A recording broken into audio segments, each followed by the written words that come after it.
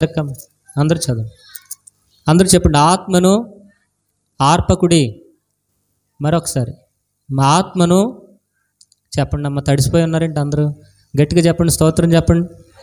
హల్లెలూయా, హల్లెలూయా. అందరూ చెప్దాం, ఆత్మను ఆర్పకుడి. మరొకసారి, ఆత్మను ఆర్పకుడి, ప్రవచించుటను నిర్లక్ష్యము చేయకుడి, ప్రతి కీడుకును దూరముగా ఉండండి. మరలా చెప్దాం, ఆత్మను ఆర్పకుడి, ప్రవచించుటను నిర్లక్ష్యము చేయకుడి. తర్వాత కీడుకు, ప్రతి విధమైన కీడుకు దూరముగా ఉండుడి. హల్లెలూయా. ఆత్మను ఆర్పకూడదు. ఎప్పుడైతే మనం బాప్తిసం పొందుకున్నామో, బాప్తిసం పొందుకున్న తర్వాత మనం చేస్తున్నటువంటి ఆరాధనను బట్టి, ప్రార్థన జీవితం బట్టి పరిశుద్ధాత్మ దేవుడు మనలోనికి వస్తూ ఉంటారు. చెప్పండి, ఎవరు వస్తూ ఉంటారు? పరిశుద్ధాత్మ దేవుడు మనలోనికి వస్తూ ఉంటారు. మనలాంటి ఆత్మ కలిగినటువంటి సంఘములోనికి వచ్చినప్పుడు ఆ పరిశుద్ధాత్మ దేవుడు నిలయంగా మనలో ఉంటారు. ఒకసారి గట్టిగా చప్పట్లు కొట్టి దేవుని నామమును మహిమపరుద్దాం. హల్లెలూయా. ఆ పరిశుద్ధాత్మ దేవుడు మనలో నిలయముగా ఉన్నప్పుడు, మనలో జీవిస్తున్నప్పుడు ఆ ఆత్మను మనం ఎప్పుడు కూడా ఆర్పకుండా జాగ్రత్తగా కాపాడుకొందుముగాక. ఎందుకనంటే పరిశుద్ధాత్మ దేవుణ్ణి పట్టించుకోకపోతే ఆయన ఆరిపోతాడు. చెప్పండి ఒకసారి, ఆయన పట్టించుకోకపోతే ఆయన వెళ్ళిపోతూ ఉంటాడు. హల్లెలూయా. ఎందుకనంటే ఆయన వెళ్ళిపోయినట్లుగా మనకు తెలియదు. సంసోను పాపంలో పడిపోయాడు. సంసోను ఎటువంటి వాడండి చెప్పాలి? సంసోను ఎటువంటి వాడు? చాలా బలాఢ్యుడు. 1000 మందిని పచ్చి గాడిద దవడెముకతో ఫిలిస్తీన్ని చంపినటువంటి బలాఢ్యుడు. వస్తున్నటువంటి సింహాన్ని, మేక పిల్లను చీల్చినట్లుగా చీల్చినటువంటి వాడు. నక్కలను, 300 నక్కలను వాటి యొక్క తోకలు ముడేసినటువంటి గొప్ప బలాఢ్యుడు. అంత మాత్రమే కాదు, 10,000 కేజీలు ఉన్నటువంటి ఎత్తడి గేటును తీసుకుని వెళ్ళి హెబ్రోను కొండ మీద పెట్టినటువంటి గొప్ప బలాఢ్యుడు అనమాట. ఇక ఆయన శక్తికి కానీ, ఆయన యొక్క బలానికి కానీ ఏది కూడా తిరగలేదు. ఎప్పుడైతే దెలీలాతో పాపంలో పడిపోయారో, ఎవరితోనూ పొట్టి ఆవిడైనటువంటి ఆ దెలీలాతో పాపంలో పడిపోయాడో, ఇక ఆ సమయంలో ఫిలిస్తీన్లు వచ్చారండి సంసోన్ని చంపడానికి, బంధించడానికి. ఇక యథావిధిగా నా శక్తి నాకు ఉన్నది కదా అనుకుని తలను విరజిమ్ముకుంటున్నాడంట. తన యొక్క బలం ఎక్కడుంది? తన యొక్క శక్తి ఎక్కడుంది? ఆ తలలో ఉంది. చిన్నప్పటి నుంచి నాజీరు చేయబడాల, దేవునికి సమర్పించుకున్నటువంటి బిడ్డ. వెంటనే విరజిమ్ముకుంటున్నటువంటి సమయంలో ఇక శక్తి అనేది రాలేదు, ఇక బలం అనేది రాలేదు, ప్రభావం అనేది రాలేదు. అదే ఒకప్పుడు సంసోన్ అయితేనా, ఆత్మ కలిగిన సంసోన్ అయితేనా, ఫిలిస్తీన్లు కానీ, అక్కడ ఉన్నటువంటి శత్రువులు కానీ ఎవరు కూడా ఆయన దగ్గర నిలవడానికి చాలా భయపడేవారు. అంత బలాఢ్యుడు, 1000 ఏనుగుల బలం ఉన్నటువంటి ఆ బలాఢ్యుడు ఒక స్త్రీ దగ్గర పాపములో పడిపోగానే యెహోవా ఆత్మ అతన్ని విడిచి వెళ్ళిపోయిందంట. ఎప్పుడు వెళ్ళిపోయిందో తెలియదు. హల్లెలూయా. ఆయన అనుకుంటున్నాడు ఇంకా ఉన్నది అని అనుకుంటున్నాడు, కానీ ఆత్మ ఎప్పుడు వెళ్ళిపోయిందో ఆయనకు తెలియదు. ఎప్పుడైతే ఆత్మ వెళ్ళిపోయిందో నిరాశలోనికి, నిస్పృహలోనికి, బలహీనుడిగా బంధించబడి గ్రుడ్డివాడగా అయిపోయాడు. హల్లెలూయా.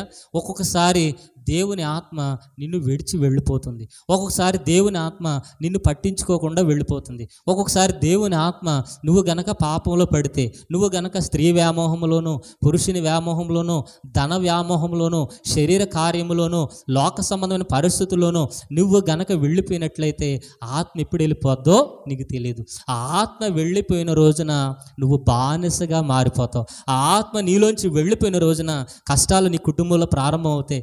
ఆత్మ నీలోంచి వెళ్ళిపోయిన రోజున నీ శరీరంలోనికి అనారోగ్యం అనేది వస్తుంది. ఆత్మ నీలోనికి వెళ్ళిపోయిన రోజున నీకు శాంతి అనేది ఉండదు, మనశ్శాంతి అనేది ఉండదు. కాబట్టి ఒక పరిశుద్ధాత్మ కూడికలో మరొక్కసారి దేవుని ఆత్మను పొందుకొందురుగాక, దేవుని శక్తిని పొందుకొందురుగాక, దేవుని మహిమను పొందుకొందురుగాక. దేవుని ఆత్మ గనక నీలో రగులుచుంటూ ఉంటే, దేవుని ఆత్మ గనక నీలో మండితే ఎటువంటి తెగులు అనండి, ఏ తెగులు నీ గుడారమును సమీపించదు. బిగ్గరగా చప్పట్లు కొట్టి దేవుని నామమును మహిమపరుద్దాం. వేటగాని ఊరులో నుంచి నా ప్రాణాన్ని రక్షించావు, బలమైన రెక్కల క్రింద నాకాశ్రయమిచ్చావు, వేటగాని ఊరులో నుండి నా ప్రాణాన్ని రక్షించావు, బలమైన రెక్కల క్రింద నాకాశ్రయమిచ్చావు. లేని లేదయ్యా వేరే ఆధారం, నా దుర్గమా నా శైలమా, లేని లేదయ్యా వేరే ఆధారం, నా దుర్గమా నా శైలమా. ఆరాధన ఆరాధన నా తండ్రి నీకే ఆరాధన. అందరూ కూడా చప్పట్లు కొడుతూ ఆరాధన ఆరాధన నా యేసు నీకే ఆరాధన. ఆరాధన ఆరాధన నా తండ్రి నీకే ఆరాధన. ఆరాధన ఆరాధన నా యేసు నీకే ఆరాధన. వేటగాని ఊరులో నుండి నా ప్రాణాన్ని రక్షించావు, బలమైన రెక్కల కింద నాకాశ్రయమిచ్చావు. వేటగాని ఊరులో నుండి నా ప్రాణాన్ని రక్షించావు, బలమైన రెక్కల కింద నాకాశ్రయమిచ్చావు. హల్లెలూయా. వేటగాని ఊరిలో నుంచి నిన్ను రక్షిస్తాడు, కష్టాల్లోని శ్రమల్లో నుంచి రక్షిస్తాడు. చెప్పండి, ఆత్మను ఆర్పకండి. ఇంతకీ ఆత్మ అంటే ఎవరు? పరిశుద్ధాత్మ దేవుడు అంటే ఎవరు? పరిశుద్ధాత్మ ఎందుకు నీలోనికి రావాలనుకుంటున్నారు? ఎందుకు పరిశుద్ధాత్మ ఉంటే మన కాపుదల ఉంటుంది అని అంటే, పరిశుద్ధాత్మ అనగా దేవుని ఆత్మ. గట్టిగా చప్పలు కొడదాం, దేవుని నామని మహిమపడదాం. పరిశుద్ధాత్మనికి ఎవరు చెప్పాలి? పరిశుద్ధాత్మనికి ఎవరమ్మా? దేవుని ఆత్మ. యేసు ప్రభువారండి 2024 సంవత్సరముల క్రితం యెరూషలేములో బెత్లెహేము అనేటువంటి గ్రామంలో జన్మించారు. నజరేతు అనేటువంటి ఊరిలో పెరిగారు. కపెర్నహూము అనేటువంటి గ్రామంలో కాపురం ఉన్నాడు ఆయన. గలిలయ, సమరయ, యోదయ పట్టణాల్లో ఉండి అనేక మంది రోగులు బాగు చేశారు. దేవుని సువార్తను ప్రకటించారు. మోగవారికి నోరిచ్చారు, కుంటి వారికి కాళ్ళు ఇచ్చారు, చనిపోయిన వారిని తిరిగి లేపాడు, దెయ్యములు పట్టిన వారిని విడుదలిచ్చారు. అయినా సరే దేవుని రాజ్యం అనేది స్థాపించబడలేదు. అయినా సరే ఎవరు కూడా రక్షించబడలేదు. దేవుడు తన మహిమ చేత, తన ప్రభావం చేత, తన యొక్క ఆత్మ చేత నింపబడి ఎన్నో అద్భుతమైన కార్యములు, ఎన్నో ఆశ్చర్యమైన కార్యములు చేసినప్పటికీ ఆయన యెరూషలేములోనే ఉండిపోయాడు. ఆయన ఒంటరిగానే ఉండిపోయారు. ఎవరు కూడా ఆయన పట్టించుకోలేదు. ఎవరు కూడా ఆయన నామాన్ని మహిమపరచలేదు. ఎవరు కూడా ఈయన నిజంగానే దేవుడని విశ్వసించలేదు. పైగా ఆయన ఏం చేశారు? సిలువకు అప్పగించారు. పైగా ఆయన కొరడా దెబ్బలు కొట్టారు. పైగా రక్తమును చిందించారు. ఆయన ఎవరు కూడా పట్టించుకోలేని కారణంగా ఆయన ఎంతో వేదనతో, ఎంతో బాధతో, ఎంతో నిరాశ నిస్పృహలతోటి శిలువ యాగం దగ్గరికి వెళ్ళి, తండ్రి వీరేమి చేయుచున్నారో వీరెరుగురు గనక వీరిని క్షమించు అని ఆయన చనిపోయి పాతి పెట్టబడి 3వ రోజున తిరిగి లేచి ఆయన అంటున్నారు, ఆరోహణమవుతూ గలిలయ మనుషులారా, మీరెందుకు ఆయన వైపు చూస్తారు? ఆయన ఏ రీతిగా ఆరోహణమై వెళుతున్నాడో అదే రీతిగా క్రిందికి దిగి వస్తారు. అయితే మీరు యెరూషలేము నుంచి వెళ్ళక, అనండి ఒకసారి, యెరూషలేము నుంచి వెళ్ళక తండ్రి మీకు ఇచ్చినటువంటి వాగ్దానం కొరకు కనిపెట్టండి. తండ్రి ఏం వాగ్దానం ఇచ్చారు? యేసు ప్రభువారు ఏ వాగ్దానం ఇచ్చారు అని అంటే, ఇదిగో నేను మిమ్మల్ని అనాథలుగా విడిచిపెట్టను. ఈ శరీరధారిగా ఉంటే కార్యములు జరగట్లేదు. ఈ శరీరధారిగా ఉంటే ఒకళ్ళ దగ్గరికి వెళితే ఒకళ్ళ దగ్గరికి వెళ్ళలేకపోతున్నాను. ఇదిగో లాజరు చనిపోయాడని కబురు పంపబడింది. ఆయన అనారోగ్యంతో ఉన్నారని కబురు పంపబడింది. కానీ నేను వెళ్ళడానికి 4 రోజులు సమయం పట్టింది. ఆయన చనిపోయారు. కాబట్టి అద్భుతమైన కార్యాలు, ఆశ్చర్యమైన కార్యములు అయితే జరుగుతున్నాయి, కానీ ఎవరు కూడా విశ్వసించట్లేదు. ఎవరు కూడా రక్షణ పొందుకోవట్లేదు. కాబట్టి నేను వెళ్ళి మీ కొరకు ఏం పంపిస్తాను? ఆదరణకర్తను పంపిస్తాను అన్నారు. నా మాటలు వింటున్న వారు స్తోత్రం చెప్పండి. నిద్రపోతున్న వారు స్తోత్రం చెప్పండి. హల్లెలూయా. కాబట్టి ఆయన అన్నారు, వేరొక ఆదరణకర్తను, సత్యస్వరూపిగా ఆత్మను మీకు పంపిస్తాను అని చెప్పేసి ఆయనే పరలోకం అలా వెళ్ళిపోయి, ఆయనే 2024 సంవత్సరముల క్రితం పెంతుకోస్తు దినమున ఏకాత్మతో, ఏక మనసుతో మేడగదిలో ప్రార్థన చేస్తున్నప్పుడు పరిశుద్ధాత్మ రూపంలో ఆయనే దిగి వచ్చేసారు. గట్టిగా చప్పట్లు కొట్టి దేవుని నామమును మహిమపరుద్దాం. ఆ ఆత్మ దేవుడే, యేసు ఆత్మ. ఆ ఆత్మే ఇప్పుడు సర్వాంతర్యామిగా మన మధ్యలో నివసిస్తుంది. ఆ ఆత్మే మనలోనికి రావాలని, మన జీవితాల్లోనికి రావాలని, మన హృదయంలోనికి రావాలని కోరుకుంటున్నారు. గట్టిగా చప్పలు కొట్టి దేవుని నామమున మహిమపరుద్దాం. కాబట్టి పరిశుద్ధాత్మ దేవుడు అంటే ఎవరు? దేవుని ఆత్మ. పరిశుద్ధాత్మ అంటే ఎవరు? యేసు ఆత్మ. పరిశుద్ధాత్మ అంటే చాలా మందికి తెలియట్లేదు. పరిశుద్ధాత్మ అంటే వెటకారం చేస్తున్నారు, కానీ పరిశుద్ధాత్మ అనగా దేవుని ఆత్మ. గట్టిగా చప్పలు కొట్టి దేవుని నామమున మహిమపరుద్దాం. హల్లెలూయా. ఇప్పుడు శరీరధారిగా ఉన్నటువంటి దినాల్లో యేసు ప్రభువారు ఎక్కడ ఉన్నారు? యెరూషలేములో మాత్రమే ఉన్నారు. ఇప్పుడు ఆత్మస్వరూపిగా అన్ని దేశాలలో ఉన్నారు. ఆత్మస్వరూపిగా సర్వ మానవాళి ఎంతవరకు వ్యాపించి ఉన్నదో అంతవరకు ఉన్నారు. సర్వాంతర్యామిగా గాలి ఎంత దూరం వ్యాపిస్తుందో అంత దూరము కూడా ఆత్మరూపంలో ప్రతి ఒక్కరిని తాకుతున్నారు ఆయన. ప్రతి ఒక్కరిని రక్షించుకుంటున్నారు ఆయన. ప్రతి ఒక్కరికి శుభవార్తను అందిస్తున్నారు. ఇండియా దేశంలోను, రష్యా దేశంలోను, అమెరికా దేశంలోను, చైనా దేశంలోను, ఏ దేశంలో ఎవరు మొరపెట్టినా, ఎక్కడైతే ఇద్దరు ముగ్గురు కూడి నా నామమున ప్రార్థన చేస్తారో ఎటువంటి ప్రదేశంలో ఉన్నా సరే ఆయన వచ్చి వేసి అందరికీ కాపుదల ఇస్తున్నారు. ఆయన వచ్చి మనకు బలపరుస్తున్నారు. ఆయన వచ్చి మనకు రక్షణ ఇస్తున్నారు. ఆయన వచ్చి మనం అడిగినప్పుడు మనల్ని ఉన్నతమైన స్థానంలో నిలబెడుతున్నారు. హల్లెలూయా. రాత్రి వేళ భయముకైనను, పగటి వేళ భారమైనను, రోగము నన్నేమి చేయదు, నా గుడారము సమీపించదు. రాత్రి వేళ భయముకైనను, పగటి వేళ భారమైనను, రోగము నన్నేమి చేయదు, ఈ గుడారము సమీపించదు. లేనే లేదయ్యా వేరే ఆధారం, నా దుర్గమా, నా శైలమా.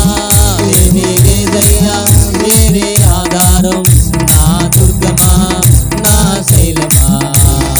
ఆరాధన ఆరాధన నా తండ్రి నీకే ఆరాధన, ఆరాధన ఆరాధన నా యేసు నీకే ఆరాధన. ఆమేన్.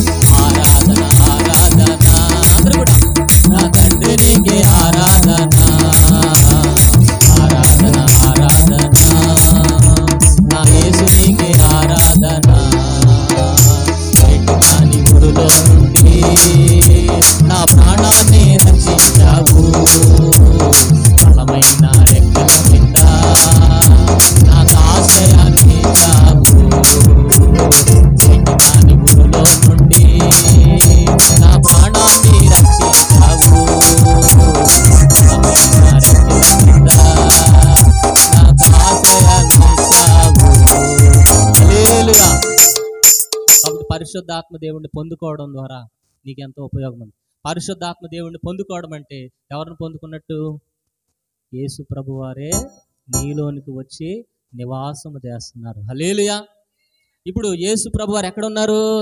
సర్వము వ్యాపించి ఉన్నారు ఆయన. పరిశుద్ధాత్మ వలె, అగ్ని వలె, బలమైన గాలి వలె వచ్చారంట. ఎలా వచ్చారు ఆయన? బలమైన గాలి వలె వచ్చి ఎవరు ఆయన నామమున ప్రార్థన చేస్తారు, ఎవరు దుఃఖములో ఉంచి ఆయన అడుగుతారు, ఎవరు వేదనలో ఉండి ఆయన సన్నిధానంలో కూర్చుంటారు, ఎవరు ఇబ్బందుల్లో ఉండి ప్రభువా తండ్రి నన్ను రక్షించు అని అడుగుతారో వారి దగ్గరికి వచ్చి వారిని బలపరుచునుగాక, వారికున్న ఇబ్బందులన్నీ తొలగించునుగాక. అయితే మనం చేయవలసింది ఆత్మను ఆర్పుకోకూడదు, ఆత్మను కాపాడుకోవాలి, ఆత్మను మండించుకోవాలి. హల్లెలూయా. ఫర్ సపోజు ఆత్మను మంటతో పోల్చారు. ఆత్మను దేంతో పోల్చారు చెప్పాలి? దేంతో పోల్చారమ్మా? మంటతో పోల్చారు. ఇప్పుడు మన ఇంట్లో ఉన్నటువంటి మంట దాన్ని పట్టించుకోకపోతే మనం ప్రక్క నుండి అదే వేరే చోటు ఉంటే అది ఆరిపోతూ ఉంటుంది. అవునా కదా? ఇదివరకు పొలాల పొయ్యిలు ఉండి, ఇప్పుడు అంటే గ్యాస్లు వచ్చినాయి. పొలాల పొయ్యి మీద ఎవరు వంట చేయట్లేదు, గ్యాస్ల మీద వంట చేస్తామని కోడళ్ళు అంటున్నారు. ఇంకా గట్టిగా అయితే కరెంట్ కుక్కర్లో వంట చేస్తామంటున్నారు. కరెంట్ కుక్కర్లు కూడా లేకపోతే బయట రెడీమేడ్ కొనుక్కొచ్చేయండి, కానీ పొలాల పొయ్యి మీదకి మాత్రం నేను వండను.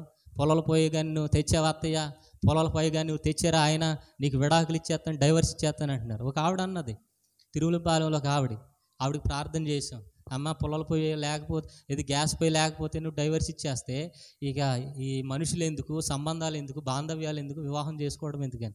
అందుకని ఇది వరకు పొలాల పొయ్యిలు ఉండి ఏముండి పొలాల పొయ్యిలు ఉంటా ఉండి అవి తడిచిపోయినా అవి మరలా వెండబెట్టి అందులో మంట వేసి కిరోసిన్ పోసో లేదా కాగితాలు అంటించో ఉఫ్ అని ఊతనే ఉండేవారు. ఊది ఊది ఊది అక్కడే కూర్చునేవారు. ఒకవేళ పక్కకి వెళ్ళావో మంట ఆరిపోద్ది. ఒకవేళ ఇటుపక్క వెళ్ళావో మంట వెలగదు. ఒకవేళ పొయ్యిని పట్టించుకోకుండా ఉన్నావో మంట అనేది ఆరిపోద్ది. ఒకవేళ పొయ్యి దగ్గర నువ్వు కూర్చోకుండా నీ పని నువ్వు చేసుకుంటున్నావో మంట అనేది ఎగిరిపోద్ది. హల్లెలూయా. మంట మండాలి అని అంటే ఒక చోట స్థిరంగా కూర్చుందువు గాక.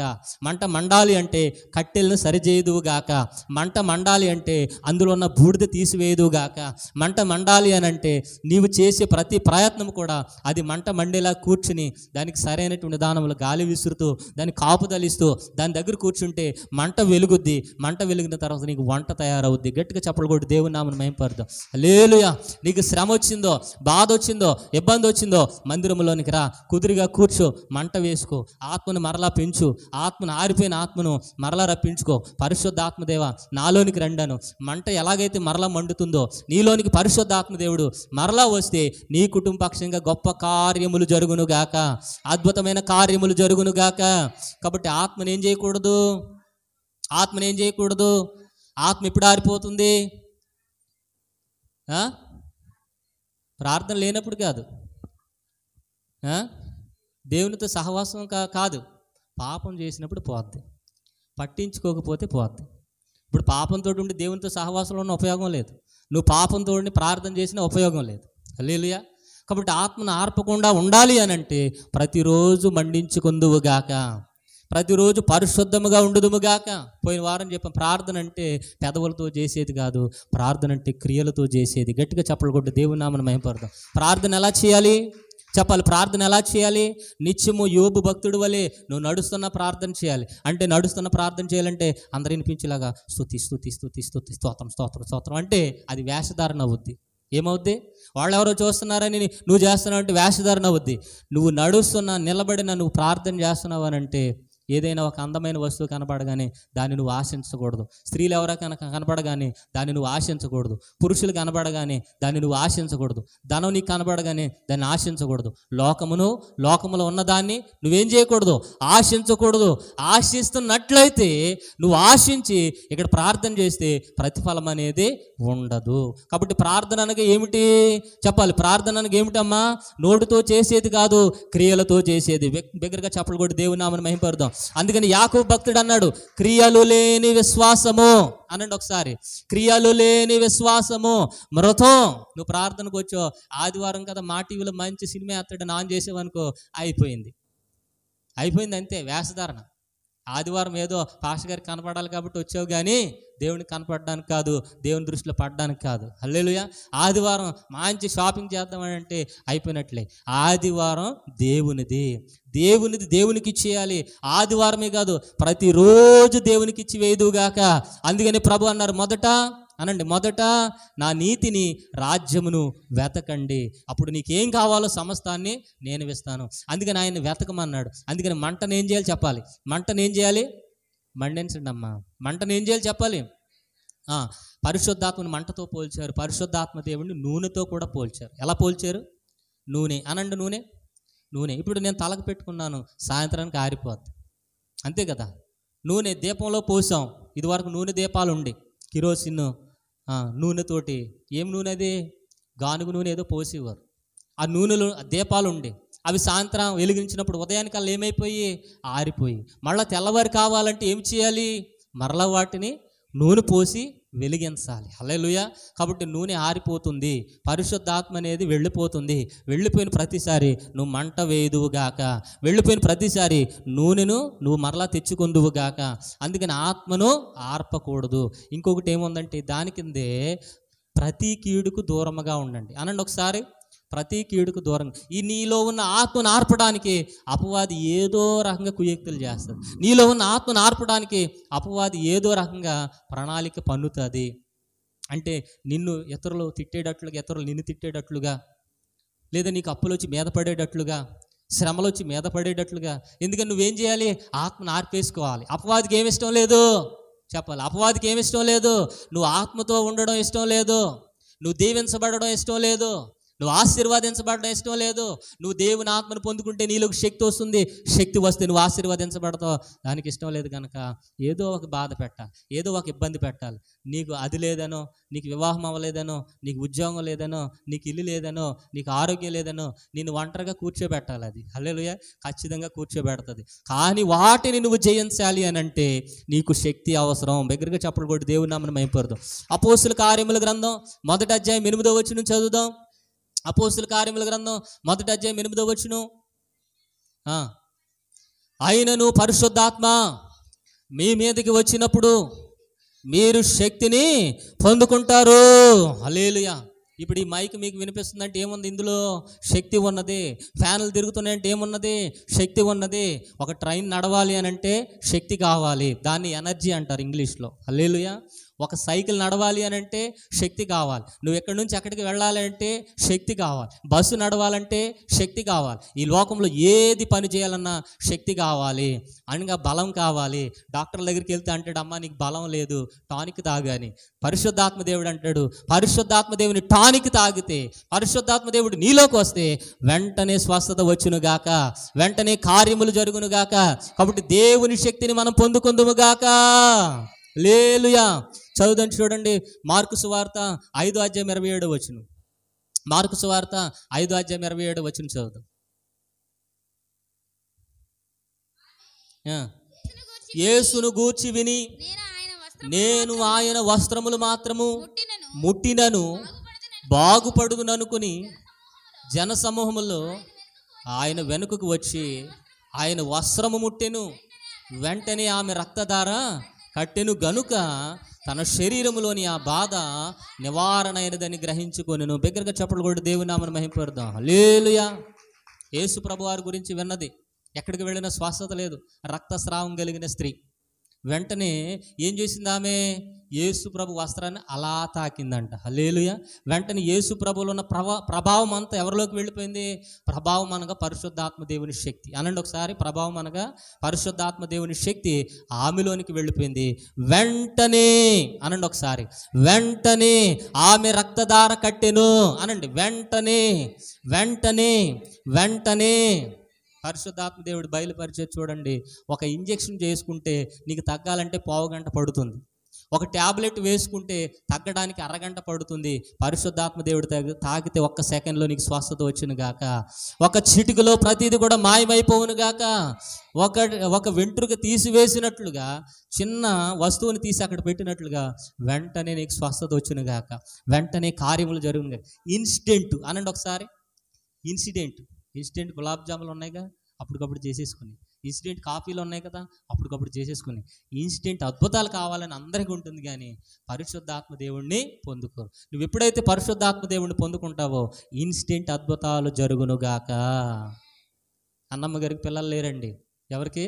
అన్నమ్మ గారికి పిల్లలు లేరు. ప్రతి సంవత్సరం వెళుతుంది వస్తుంది, షీలోహ దేవాలయంకి వెళుతుంది వస్తుంది. ఒక రోజున మాత్రం నిష్టగా కూర్చుని ఆత్మను పొందుకుని, శక్తిని పొందుకుని, కన్నీరు కారుస్తూ, భాషల్లో మాట్లాడుతూ, ప్రవచించుతూ, ఆత్మలో మూలుగుడు ప్రార్థన చేస్తుంది. వెంటనే దేవుడు గర్భఫలం ఇచ్చాడు. గట్టిగా చప్పట్లు కొట్టి దేవుని నామమున మహిమపరుద్దాం. దేవుని ఆత్మను గనక మనం పొందుకుంటే, దేవుని ఆత్మ కలిగిన దైవజనులతో మనం ఉంటే, దేవుని ఆత్మ కలిగినటువంటి మందిరములో గనక మనం ఉంటే వెంటనే అద్భుతములు జరుగును గాక. ఎప్పుడెప్పుడో కాదు, 7 వారాలకు కాదు, 12 వారాలకు కాదు, ఒక సంవత్సరం తర్వాత కాదు. నువ్వు వెళుతూ ఉండమ్మా, నీకు అప్పుడు దేవుడు స్వస్థపరుస్తాడు కాదు. వెంటనే స్వస్థత వచ్చును గాక. అయితే నీకు విశ్వాసం ఉండాలి, నీలో పరిశుద్ధాత్మ దేవునికి స్థానం ఉండాలి, నీలో ఆసక్తి ఉండాలి. దేవుడు వెంటనే స్వస్థత ఇచ్చునుగాక.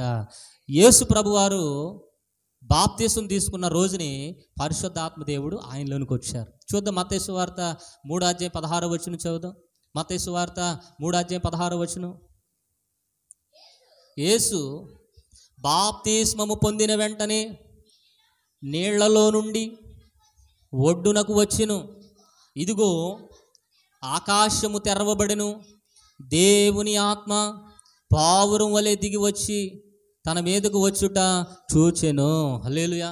యేసు ప్రభువారు ఎప్పుడైతే యోర్దాను నదిలో బాప్తీసం తీసుకున్నారో, బాప్తీసం ఇచ్చే యోహాను చేత వెంటనే పరిశుద్ధాత్మ దేవుడు ఎవరి మీదకి వచ్చారు చెప్పాలి? యేసు ప్రభు మీదకు వచ్చారు. ఆయన శక్తితో నింపబడ్డారు, ఆయన బలముతో నింపబడ్డారు, ఆయన మహిమతో నింపబడ్డారు.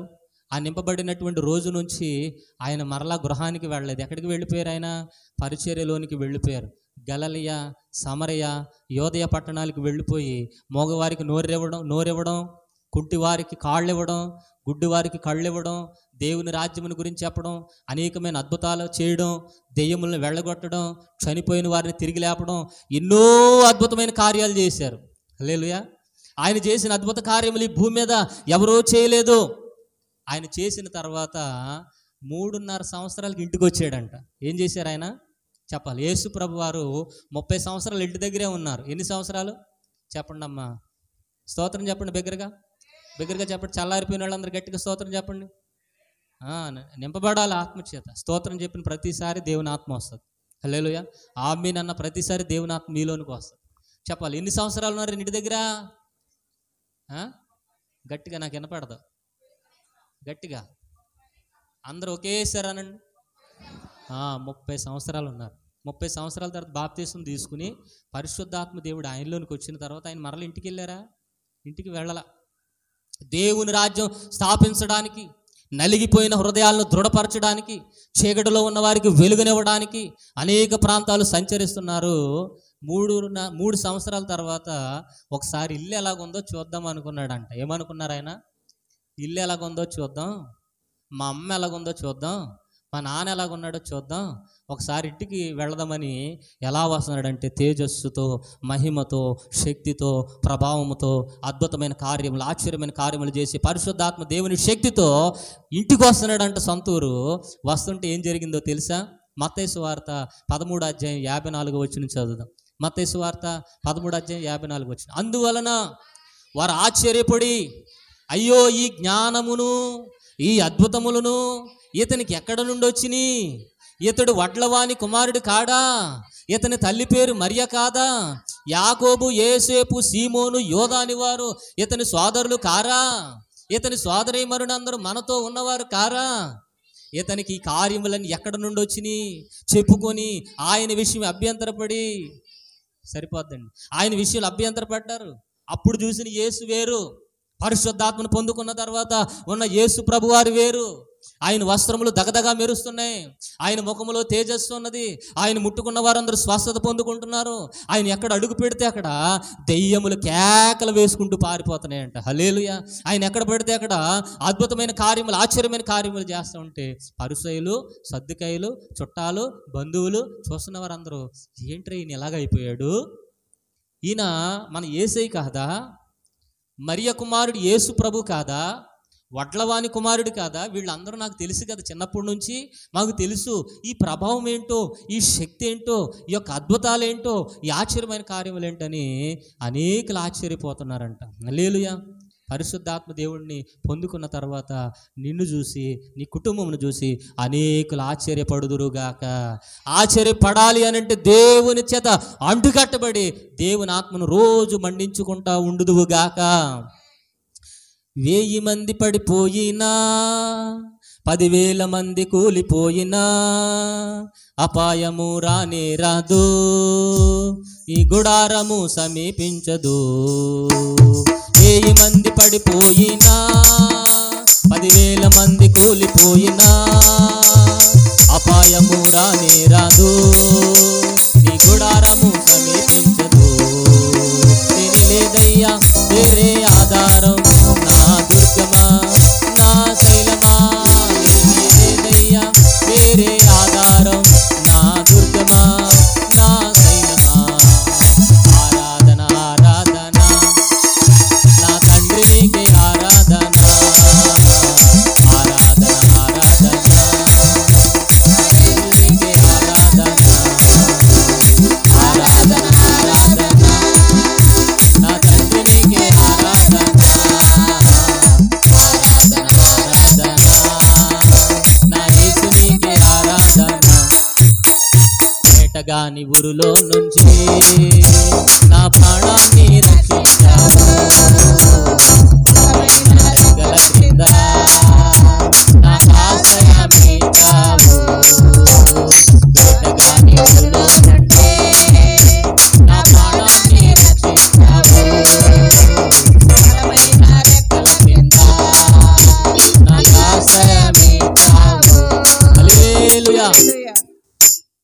దేవుని పరిస్థితి, యేసుప్రభు పరిస్థితి ఎలాగుంది? ఆత్మను పొందుకోకముందు, ఆత్మను పొందుకున్న తర్వాత. అంతకుముందు చెక్క పని చేసుకుంటా ఉండేవారు ఆయన. అంతకుముందు తల్లిదండ్రుల మాటకు లోబడి ఇంటి దగ్గరే ఉండేవారు. ఎప్పుడైతే యోర్దాను నదిలో బాప్తిసం తీసుకున్నారో, పరిశుద్ధాత్మ దేవుడు వచ్చారో, ఆయన చేసిన అద్భుతాలకి అనేకులు ఆశ్చర్యపడుతున్నారు. ఆయన ఉన్నటువంటి స్థితికి అనేకులు ఆశ్చర్యపడుతున్నారు. హల్లెలూయా. ధనము లేదా, అప్పులున్నాయా, గృహము లేదా, వివాహం జరగట్లేదా, నీకు ఏ పరిస్థితి ఉందో అన్నిటిని విడిచిపెట్టి మొదట ఆయన నీతిని, రాజ్యమును వెతుకు, సమస్తము నిన్ను వెంబడించి వచ్చునుగాక. నిన్ను పట్టుకుని అంటారంట, రా మా ఇంటికి రా.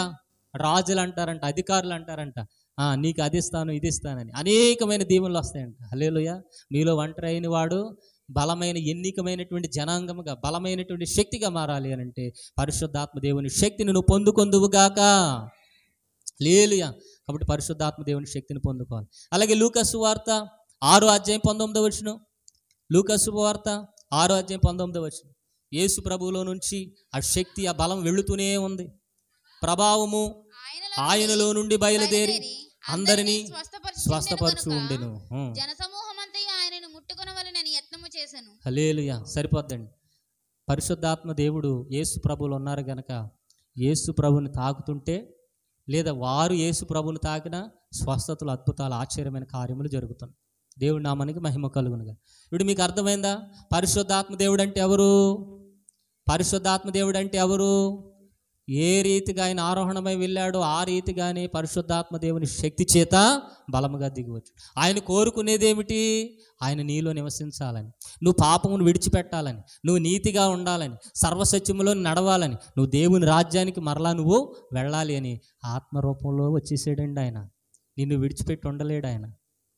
నీ మాట వినాలని, నువ్వు ఆశీర్వదించబడాలని, నువ్వు ప్రతిరోజు ఆయనతో సహవాసంలో ఉండాలని ఎంతగానో కోరుకుంటున్నాడు. హల్లెలూయా. ఒక పాట ఉంటుందండి ఆయనతో సహవాసం చేసేది. నేనంటే నీకెందుకో ఓ యేసయ్యా. ఉందా పాట?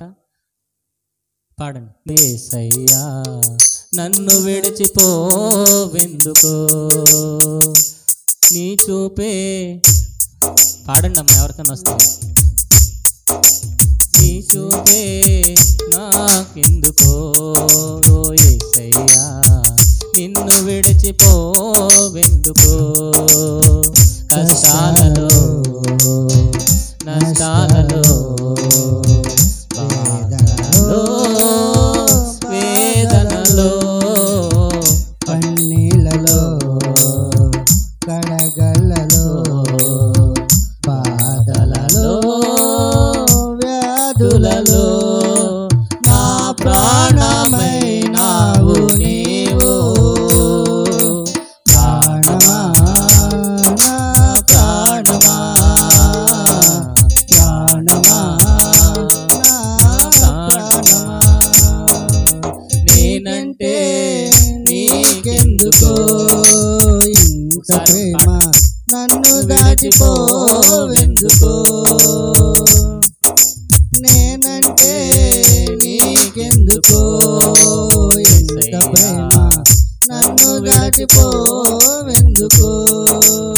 ప్రార్థించకపోయినా పలకరిస్తూ ఉంటావు, మాట వినకపోయినా కలవరిస్తూ ఉంటావు.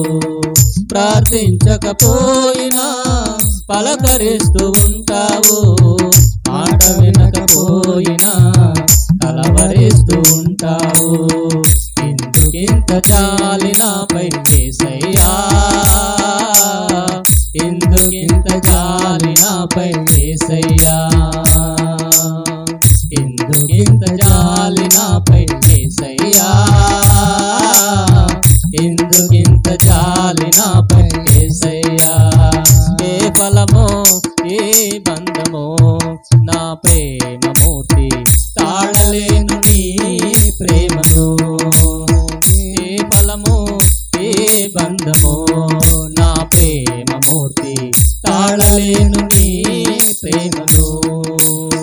నేనంటే నీకెందుకో నీ ప్రేమ, నన్ను మరచిపోవెందుకో, నా ఊసే నీకెందుకో ఓ యేసయ్యా, మరచిపోవెందుకో కష్టాలలో నష్టాలలో వ్యాధులలో బాధలలో కన్నీళ్లలో గడగళ్ళలో వేదనలో శోధనలో నా ప్రాణమైనావు నీవు ప్రాణమా నా ప్రాణమా ప్రాణమా చెప్తాం అందరూ కూడా నా ప్రాణమా అందరూ కూడా ప్రాణమా నా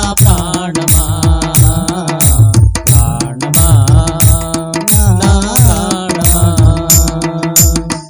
ఏ రుణమో ఈ బంధమో నా ప్రేమమూర్తి తాళలేను నీ ప్రేమను ఏ రుణమో ఏ బంధమో నా ప్రేమమూర్తి తాళలేను నీ ప్రేమను నేనంటే నీకెందుకో ఈ ప్రేమ నన్ను మరచిపోవెందుకో నా ఊసే నీకెందుకో ఓ యేసయ్యా నన్ను మరచిపోవెందుకో కష్టాలలో నష్టాలలో వ్యాధులలో బాధలలో కన్నీళ్లలో కడగళ్ళలో వేదనలో శోధనలో నా ప్రాణమైనావు నీవు ప్రాణమా నా ప్రాణమా ప్రాణమా నా ప్రాణమా ప్రాణమా నా ప్రాణమా ప్రాణమా నా ప్రాణమా రమ కదల రసమదియ సందల రమ లోక భాషంద రమ శంద హల్లెలూయా ప్రాణమా ప్రాణమా నా ప్రాణమా హల్లెలూయా. కాబట్టి ఎంత సంతోషం ఎంత ఆనందమో కదా. ఎవరుంటే చెప్పాలి పరిశుద్ధాత్మ. పరిశుద్ధాత్మ దేవుడు రావాలంటే మంట వేదువుగాక, దేవుడి సన్నిధానంలో కూర్చుందువుగాక. గలిబిలి పడవద్దు, కంగారు పడవద్దు, వేదన చెందవద్దు. అయ్యో నాకు ఏదైపోతుంది, ఎవరూ లేరు ఈ సమయంలో, అయ్యో నేను ఒంటరిగా ఉన్నా నాకు ఎవరూ లేరు అని గాబరా నువ్వు పడవద్దు. వెంటనే ఏం చేస్తావు? కుదురుగా కూర్చుని పరిశుద్ధాత్మ దేవుడిని రెండయ్యా నాలోనికి రండి, నీవే నాకు ఆధారం. సమస్యను చూడకు, సమస్యను చూసే కొద్దీ పెద్దదవుతుంది. అనండి ఒకసారి. ఆలోచించే కొద్దీ పెద్దదవుతుంది. మన ఆలోచనలు దాన్ని తీసుకుని రావద్దు. మన దేవుడు సమస్య కంటే గొప్పవాడు, మన దేవుడు సమస్య కంటే ఉన్నతమైన వాడు. దేవుణ్ణి మనం హెచ్చించుదుముగాక. మనం సమస్యను హెచ్చిస్తున్నాం, అందుకనే సమస్యలు పోవట్లా. అనండి ఒకసారి. సమస్యను హెచ్చిస్తున్నాం, సమస్యను బలపరుస్తున్నాం, సమస్య గురించి ఎక్కువగా మాట్లాడుతున్నాం, అందుకనే సమస్య నీ దగ్గర నుంచి పోవట్లేదు. ఎక్కువగా ఎవరిని బలపరచాలి నువ్వు? ఎవరిని హెచ్చించాలి? ఎవరిని నువ్వు ఆరాధన చేయాలి అని అంటే దేవుణ్ణి మాత్రమే నువ్వు ఆరాధన చేదువుగాక. పేతురు గారండి నీటి మీద ఉన్నాడు సముద్రంలో. యేసు ప్రభువును చూస్తున్నంతసేపు కూడా ఆ నీటి మీద టీవీగా దర్జాగా నడుచుకుంటూ వెళ్ళిపోయాడు. ఎప్పుడైతే అలలకు భయపడి సముద్రమును చూశాడో, చీకటిని చూశాడో, ఆ గాలిని చూశాడో మునిగిపోవడం ప్రారంభమైపోయాడు. ఎందుకనంటే ఈ గాలి పెద్దగా ఉంది, ఈ సముద్ర కెరటాలు పెద్దగా ఉన్నాయి, ఈ చీకటి భయంకరంగా ఉంది. హల్లెలూయా. ఎప్పుడు కూడా నీ చుట్టూ అలుముకున్నటువంటి చీకటిని చూడకుందువుగాక, నీకు ఎదురవుతున్నటువంటి నీ అలలను చూడకుందువుగాక, నీ మీదకి బలంగా వస్తున్న గాలిని నువ్వు చూడకుందువుగాక. ఎవరిని చూడాలి? అటువంటి పరిస్థితుల్లో యేసయ్య కళ్ళల్లో కళ్ళు పెట్టి చూసి ఆయన నీతిని, ఆయన రాజ్యమును, ఆయన వాక్యమును, ఆయన సన్నిధిని, ఆయన ఆత్మను మరలా నువ్వు పొందుకున్నట్లయితే ఆ సమస్యలన్నిటిని దాటుకుని ఒక్కొక్క మెట్టుగా నువ్వు ఎక్కిపోవుదువుగాక. హల్లెలూయా. కాబట్టి పరిశుద్ధాత్మ దేవుని పొందుకోవాలి, పరిశుద్ధాత్మ దేవుని శక్తిని పొందుకోవాలి. హల్లెలూయా. ఆయన ఆత్మరూపంలో ఎక్కడున్నారని చెప్పా నేను? పరలోకం వెళ్ళి మరలా పెంతుకొస్తుంది నాన్న. పరిశుద్ధాత్మ దేవుడు దిగి వచ్చి ఇప్పుడు ఎక్కడున్నారు చెప్పండి? అంతటా ఉన్నారు అనండి. ఆయన సర్వవ్యాపిగా, సర్వంతర్యామిగా, సర్వ సృష్టికర్తగా ఈ ప్రతి ఒక్క గాలి భాగములు ఆయన ఉన్నాడు. అణువణువులోనే ఆయన ఉన్నాడు. చెప్పండి, ఎక్కడున్నారు? అణువణువులో అనండి, అణువణువులో ఆయన ఉన్నారు. హల్లెలూయా. ఇప్పుడు ఈ గాలిలో ఈ ఫోన్ మాట్లాడుతున్నాం కదా, ఫోన్ తెలుసు కదా అందరికీ. డబ్బులు లేని వాళ్ళు ఉన్నారేమో కానీ ఫోన్ లేని వాళ్ళు లేరు. ఇల్లు లేని వాళ్ళు ఉన్నారేమో కానీ ఫోన్ లేని వాళ్ళు లేరు. పైగా అడుక్కునే వాళ్ళు కూడా ఫోన్పే చేయండి అంటున్నారు. హల్లెలూయా. మన గంగిరెడ్డి వాళ్ళు ఎవరో వచ్చారు, ఆ గేదెకి దానికి వీపుకి ఫోన్పే తీసి ఇది ఉంటుంది క్యూఆర్ కోడ్, దాని స్టిక్కర్ అంటించేసి డబ్బులు లేవంటే ఫోన్పే చేసేయండి అని దాన్ని చూపిస్తున్నాడు. హల్లెలూయా. కాబట్టి ఫోన్ అందరి దగ్గర ఉంది కదా. కాబట్టి ఫోను ఎలా పనిచేస్తుంది చెప్పాలి. ఫోన్ ఎలా పనిచేస్తుంది చెప్పండి అమ్మా. సిగ్నల్ ద్వారా పనిచేస్తుంది. శబ్ద తరంగాలు గాలిలో ఉన్నాయి. ఏం తరంగాలు? శబ్ద తరంగాలు గాలిలో ఉన్నాయి. ఆ గాలిలో ఉన్న తరంగాలను ఇది ఏం చేసుకుంటుంది? ఇప్పుడు నా మాట మీకు వినిపిస్తుందంటే గాలి ద్వారానే మాటలు వస్తున్నాయి మీ దగ్గరికి, అవునా? మీ దగ్గరికి వచ్చి మీ చెవులు తాకుతున్నాయి. మీ చెవులు తాకుతుంది, మీ చెవు రిసీవ్ చేసుకుంటుంది. అట్లా ఏం చేసుకుంటుంది? ఓకేనా? కొంచెం డెప్త్గా వెళుతున్నాం. గాలి లోకంలో ఏమున్నాయి? గాలిలో శబ్ద తరంగాలు ఉన్నాయి. ఈ శబ్ద తరంగాలు ప్రవహిస్తూ ప్రవహిస్తూ మీ చెవులను తాకుతున్నాయి. చెవులో కర్ణబేరు లోపల రిసీవర్ ఉంటుంది. ఏముంటుంది? రిసీవర్ ఉంటుంది. అదేం చేసుకుంటుంది? తీసుకుంటుంది ఆ మాటలు, వెంటనే మీకు వినిపిస్తాయి. అలాగే ఈ ఫోన్ కూడా ఏం చేస్తుంది? మనకు ఎవరైతే ఫోన్ చేస్తున్నారో అందరికీ తీసుకోదండి. ఎవరైతే ఫోన్ చేస్తున్నారో వాళ్ళ మాటలు రిసీవ్ చేసుకుంటారు. కాబట్టి దేవుడు గాలి లోకంలో ఉన్నారు కనుక ఆ దేవుణ్ణి కూడా మనం రిసీవ్ చేసుకుందుము గాక. ఇప్పుడు ఫోన్లోకి వస్తున్నటువంటి శబ్ద తరంగాలు గాల్లో ఉన్నాయని హలో అంటే ఏమైనా వినపడతాయా? వినపడవు. దానికి ఏం కావాలి? రిసీవర్ కావాలి అనండి. రిసీవర్ అంటే ఆ తరంగాలు తీసుకునే శక్తి దీనికి ఉంది. అలాగే గాలి లోకంలో దేవుడు ఉన్నారు. అందరి దగ్గరికి వస్తాడు ఆయన. తన్ను అడిగిన వారి దగ్గరికే వస్తారు ఆయన. తన్ను ప్రేమించిన వారి దగ్గరికే వస్తారు ఆయన. ప్రతి ఒక్కరిని తాకుతారు, ప్రతి ఒక్కరిని దర్శిస్తారు, కానీ ఎవరు గుర్తుపట్టరు. ఏం చేయరు? ఎవరు గుర్తుపట్టరు. కానీ ఎవరైతే రిసీవ్ చేసుకుంటారో, ఎవరైతే ఆహ్వానిస్తారో, అయ్యా నా దగ్గర ఉన్నావయ్యా, నన్ను తాకండి అయ్యా, నీ వస్త్రములు తాకాలి, నీ స్వరూపాన్ని నేను చూడాలి, నీ ఆత్మను నేను చూడాలి, నన్ను తాకండి అయ్యా, పరిశుద్ధాత్మదేవ నన్ను పట్టుకోండి అని ఈ చుట్టూ వ్యాపించి ఉన్నటువంటి సర్వంతర్యామిగా ఉన్నటువంటి సర్వవ్యాపిగా ఉన్నటువంటి ఆ దేవుణ్ణి కోరుకునేటువంటి రిసీవర్గా అనండి ఒకసారి, రిసీవర్గా ఆ యొక్క దేవుణ్ణి స్వీకరించేవాడుగా, దేవుణ్ణి యాక్సెప్ట్ చేసేవాడుగా, ఆయన్ని నమ్మేవాడుగా, ఆయన్ని విశ్వసించేవాడుగా నీవు ఉన్నప్పుడు దేవుడు నీలోనికి వచ్చునుగాక, నిన్ను బలపరచునుగాక. పరిశుద్ధాత్మ దేవుడు ఎన్ని గొప్ప కార్యాలు చేస్తాడనంటే ఈ లోకంలో ఎవరు కూడా చేయలేరు. ఫిలిప్పు అనేటువంటి ఆయన సువార్త ప్రకటించడానికి వెళితే మగవారు మాట్లాడుతున్నారంట, కుంటివారు నడుస్తున్నారంట, దెయ్యములు పట్టిన వాళ్ళు విడుదల పొందుకుంటున్నారు, అనేక మంది రోగులు బాగుపరచబడుతున్నారు, అద్భుతాలు జరుగుతుంటే అక్కడ ఒక ఆయన ఉన్నాడంట, గారడీ సీమోన్. ఎవరు? గారడీ సీమోన్. ఆయన ఎన్నో గారడీలు చేసేవాడు. గారడీ విద్యకు ఈ విద్యకు తేడా ఉంది. కొంతమంది పరిశుద్ధాత్మ శక్తినే గారడీ విద్య అంటారు, గారడీ విద్యనే దీన్ని అంటారు. గారడీ చేసేవాడికి గారడీ విద్యలో ఎన్ని ట్రిక్కులు చేయాలో, ఎలాగో కనుకట్టి చేయాలో వాడికి తెలుసా తెలీదా? ఇలాగ అన్నాడు అనుకోండి అగ్నిని తీసుకొస్తాడు, ఇలా అన్నాడు అనుకోండి పావురాలు తీసుకొస్తాడు. ఇవన్నీ కూడా ఎవరికి తెలుసు? చేసేవాడికి తెలుసు, జనాలకు తెలియదు. జనాలు ఏమనుకున్నారు? అమ్మో వీడు అగ్నిని తీసుకొస్తున్నాడంటే, పావురాలు తీసుకొస్తున్నాడనంటే, గాల్లో నుంచి మనుషులు తీసుకొస్తున్నాడంటే, చనిపోయిన ఆత్మలు తీసుకొస్తున్నాడంటే వీడు నిజంగానే దేవుడై ఉంటారని చెప్పేసి ఆయనకి గారడీ సీమోన్ అని పేరు పెట్టారు. కానీ ట్రిక్లన్నీ ఎవరికి తెలుసు? అసలైనోడికి తెలుసు ఇదంతా డూప్లికేట్ అని. ఎవరికి తెలుసు? గారడీ సీమోన్కి తెలుసు డూప్లికేట్ అని. కానీ ఒక ఆయన ఒరిజినల్గా చేస్తున్నాడండి. ఎవరనంటే ఫిలిప్ అనేటువంటి ఆయన. హల్లెలూయా. ఏం చేస్తున్నాడు? చనిపోయిన వారిని తిరిగి లేపుతున్నాడంట, గట్టిగా చప్పట్లు కొడదాం. మగవారికి నోరేస్తున్నాడంట, గట్టిగా చప్పట్లు కొడదాం. పడిపోయిన వారిని లేపుతున్నాడంట, గట్టిగా చప్పట్లు కొడదాం. కుంటి వారి కాళ్ళు వేస్తున్నాడంట, గట్టిగా చప్పట్లు కొడదాం. ఇదంతా గారడీ సీమోన్ చూశాడు. ఇదంతా ఎవరు చూశారు?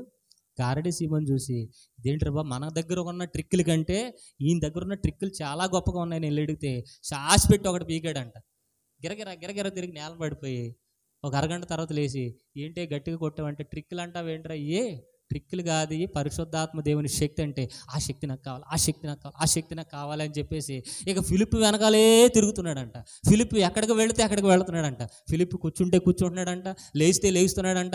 ఆఖరికి ఫిలిప్ చేతిలో బాప్తీసం కూడా తీసేసుకున్నాడంట. ఎవరు చెప్పండి? గారడీ సీమోన్. బాప్తీసం తీసుకుని బాబు ఆ శక్తి నాకు ఈ బాబు, బాబు ఆ శక్తి నాకు ఇవ్వండి. అది ఒకళ్ళు ఇచ్చేదా? అదేమన్నా ఎలాగంటే వచ్చేసిదా? కాదు, దేవుడు ఇచ్చేది. దేవుడు ఫిలిప్కి ఇచ్చాడు కనుక ఫిలిప్లో ఉంది. ప్రార్థన చేస్తే వస్తుంది, ఫిలిప్ గారు చేయి వేస్తే వస్తుంది. కానీ ఆయన ఎటువంటి వాడు? గారడీ వాడు. హల్లెలూయా. కాబట్టి ఆ శక్తికి ఈ శక్తికి తేడా ఉంది. ఇప్పుడు యూట్యూబ్లో బాగా ఎక్కువైపోయి పరిశుద్ధాత్మ దేవుని శక్తి, అందరూ గారడీ విద్యలే అనుకుంటున్నారు. అవన్నీ ఏంటంట? గారడీ విద్యలు అనుకుంటున్నారు. ఇలా పెడితే పడిపోతున్నారు, అలాగే దెయ్యాలు వెళ్ళిపోతున్నాయి, కేకలేస్తున్నాయి, పేర్లు చెప్తున్నాయి. ఇదంతా గారడీ విద్య అని వాళ్ళకి అర్థం కావట్లా. లోక జనాలకి, సంఘం వాళ్ళకి, పాస్టర్లు కూడా అర్థం కాదు. హల్లెలూయా. ఎవరికి అర్థం కావట్లా. ఎందుకంటే ఆ కాలంలో అక్షర జ్ఞానం దేవుడిచ్చాడు, ఈ కాలంలో పరిశుద్ధాత్మ దేవుడిని ఇచ్చారు. దగ్గరగా చప్పలు కొట్టి దేవుని నామమున మహిమపరచు. ఎందుకు ఉన్నవారికి లేని వారికి అర్థం కావట్లేదనంటే ఒక విషయం మీకు చెప్తాను. యావత్తు ప్రపంచంలో 47 మతాలు ఉన్నాయి. ఎన్ని మతాలు? 47 మతాలు. యోధా మతం కానీ, ఇస్లాం మతం కానీ, జైన మతం కానీ, మొత్తానికి సిక్కు మతం కానీ, ఇలా 47 మతాలు ఉన్నాయి. ఏ మతంలోనూ లేనటువంటిది క్రైస్తవ మతంలో ఉన్న ప్రత్యేకత ఏంటంటే పరిశుద్ధాత్మ దేవుని శక్తి. గట్టిగా చప్పలు కొట్టి దేవుని నామమున మహిమపరచుదాం. ఈ పరిశుద్ధాత్మ శక్తి ఏ మతంలో లేదు కనుక అన్ని మతాల వాళ్ళు ఆశ్చర్యపోతున్నారు. అన్ని మతాల వాళ్ళు ఏమైపోతున్నారు? ఆశ్చర్యపోతున్నారు. ఇదేంట్రా, ఇదేమి శక్తి? కేకలు వేస్తున్నారు, అరుస్తున్నారు, చప్పట్లు కొడుతున్నారు, దెయ్యాలు వెళ్ళిపోతున్నాయి, స్వస్థతలు వస్తున్నాయి, ఆరోగ్యాలు వస్తున్నాయి. బైబిల్లో ఎక్కడుంది? బైబిల్లో ఉంది, కానీ ఆడికి తెలియక బైబిల్ ఎక్కడ ఉంది అంటాడు. ఆడి కళ్ళు కనపడదు. ఎవరి కళ్ళు కనపడుతుంది? పరిశుద్ధాత్మ దేవుని శక్తి ఉన్నవాళ్ళకే ఆ కళ్ళుకి ఆ పరిశుద్ధాత్మ దేవుని కార్యాలు జరుగుతాయి. దేవుడు యేసు ప్రభువు ఆత్మను పొందుకున్నారా లేదా? ఆయన ఆత్మచేత కార్యాలు చేశారా లేదా? అపోస్తులు చేశారా లేదా? పేతురు చేశారా లేదా? సీమోను చేశారా లేదా? ఫిలిప్పు చేశారా లేదా? అందరూ చేశారు. కానీ ప్రస్తుతం ఉన్న వాళ్ళకి చాలామందికి తెలియట్లేదు. అవి చీప్ ట్రిక్స్ అనుకుంటున్నారు. ఏంటవి? Cheap tricks. ఇప్పుడు ప్రార్థన చేసినప్పుడు కూడా ఎవరైతే స్వీకరిస్తారో వాళ్ళలోనికి వెళ్తుంది, కానీ నాకు వద్దు అనుకున్న వాళ్ళకి రాదు. మామూలుగానే ఉంటారు వాళ్ళు. హల్లెలూయా. ఎందరైతే తను అంగీకరిస్తారో అనండి ఒకసారి, ఎందరైతే తను అంగీకరిస్తారో వారికి ఆ కార్యాలు జరుగుతాయి, వారు రక్షణ పొందుకుంటారు, వారు దీవెన పొందుకుంటారు. అయితే మనలో కూడా కార్యములు జరగాలి అని అంటే మనం దేవుని ఆత్మను పొందుకుందుము గాక, దేవుని శక్తిని పొందుకుందుము గాక. కాబట్టి సెల్ ఫోన్ ఛార్జింగ్ అయిపోతే మరలా ఛార్జింగ్ పెట్టినట్లుగా మరలా దేవుని ఆత్మను మనం పొందుకుందుము గాక అనండి. ఆత్మను ఆర్పకుడి, ఆత్మను ఆర్పకుడి. ఆత్మ ఇప్పుడు ఆరిపోద్ది చెప్పాలి. ఇప్పుడు ఆరిపోతుందమ్మా చెప్పండి అమ్మా. పాపం చేసినప్పుడు ఇంకా పాపం ఎలా చేస్తాం? అదేదో బయట నుంచి రాదు. పాపం బయట నుంచి వస్తుందా? మనలోనే ఉంది. రవి గారు చెప్పారు. ఎక్కడ ఉంది అది? నాలుక మీద ఉంది, ఇంకో కంటి మీద ఉంది. అందుకే నాలుకని కోసేసుకోండి, కంటిని పొడిసేసుకోండి. కాళ్ళలో ఉంది, చేతుల్లో ఉంది. ఇలాగలా తాకాలని, ఇలాగలా తాకాలని, బస్ ఎక్కితే ఇలాగలా చేతులు వేయాలని, ఒకసారి చూడాలని. ఏంటంటే ఏం డ్రెస్ బలిగేసుకెళ్ళిపోతుంది. ఏం బైక్ కళ్ళల్లో ఉంది. పాపం అంతా ఎక్కడ ఉంది? నీ దగ్గరనే ఉంది. నీ దగ్గరే ఉంది ఆ పాపం అంతా, ఎక్కడి నుంచో లేదు, ఎవరెవరినో నిందించడానికి లేదు. అంతే కీడుకు దూరంగా ఉండమన్నాడు దేవుడు. అమ్మా, కీడు చేస్తున్న వాళ్ళు నువ్వు తిడుతున్నావు కానీ, నిందలేస్తున్న వాళ్ళు నువ్వు తిడుతున్నావు కానీ, అసలు దరిద్రం అంతా నీ దగ్గరే ఉంది అంటున్నాడు దేవుడు. లేదు, అసలు దాంతో ఎక్కడుంది చెప్పండి అమ్మా. మన కిందే ఉంది అనండి ఒకసారి. గురువింద గింజ అంట. చెప్పండి, ఏం గింజ? అది ఎప్పుడో చిన్నప్పుడు చూసాను, ఈ మధ్య చూడలేదు. చిన్నప్పుడు ఆడుకునేవాళ్ళు ఆ పూసలతో. ఆ పల్లెటూరులో చెట్లు ఉండే కనుక ఆ చెట్లు గింజల్లో తీసుకునేవాళ్ళు. ఎర్రగా ఉండేది, కింద నల్లగా ఉండేది. ఆ గురు కింద గింజ అంట. నేను చూసావా, నేను ఎంత ఎర్రగా ఉన్నాను అంటదంట. కానీ దాని కింద ఏముందో దానికి తెలియదు. అసలు అంత ఎక్కడుంది? ఆ కిందే ఉంది, కూర్చున్న కిందే ఉంది. హల్లెలూయా. అంత ఎక్కడుంది? మన కిందే ఉంది. అందుకని మనం కడుగు కొందుముగా, శుద్ధీకరించుకొందుముగా, పవిత్రపరుచుకొందుముగా, పరిశుద్ధాత్మను అడగాలి, పరిశుద్ధాత్మ గురించి వినాలి, పరిశుద్ధాత్మ ఉన్న సంఘముని వెంబడించాలి, శుద్ధీకరించుకోవాలి అనండి ఒకసారి. చెప్పండి అమ్మా. రోజు పాపాలు ఒప్పుకోవాలి, ప్రతిరోజు ప్రార్థన చేయాలి, ప్రతిరోజు మంటను వేసుకోవాలి. అప్పుడు నీకు ఎటువంటి బలహీనత కానీ, ఎటువంటి కీడు కానీ, ఎటువంటి ఇబ్బంది కానీ నీకు రాకుండునుగాక. ఎందుకనంటే నువ్వెవరు అంటే తర్వాత చదువుదాం చూడండి. 1 కొరింథీ పత్రిక 3వ అధ్యాయం 16వ వచనం చదువుదాం, ముగించేసుకుందాం. కొరింథీలకు రాసిన, మీరు దేవుని ఆలయమై ఉన్నారని, దేవుని ఆత్మ మీలో నివసించుతున్నదని మీరు ఎరుగరా. ఇప్పుడు మీలో చెప్పండి, మీలో ఎవరున్నారు చెప్పాలి. దేవుని ఆత్మ ఉన్నది, దీన్ని ఆర్పొద్దు అనండి ఒకసారి. మీ పక్క వాళ్ళకి చెప్పండి, నీలో దేవుని ఆత్మ ఉన్నదమ్మా, దాన్ని ఆర్పవద్దు అని చెప్పు. నువ్వు లోక సంబంధంగా ఆలోచన చేస్తే వెళ్ళిపోద్ది, నీ ఆలోచన బట్టే వెళ్ళిపోద్ది. అనండి ఒకసారి, నీ ఆలోచన బట్టే వెళ్ళిపోద్ది. కాబట్టి జాగ్రత్తగా ఉండాలి, అతి జాగ్రత్తగా ఉండాలి. ఎలా ఉండాలని చెప్పాను ఇంతకుముందు, పరిశుద్ధాత్మ వచ్చిన వాళ్ళు ఎలా ఉండాలి తెలుసా?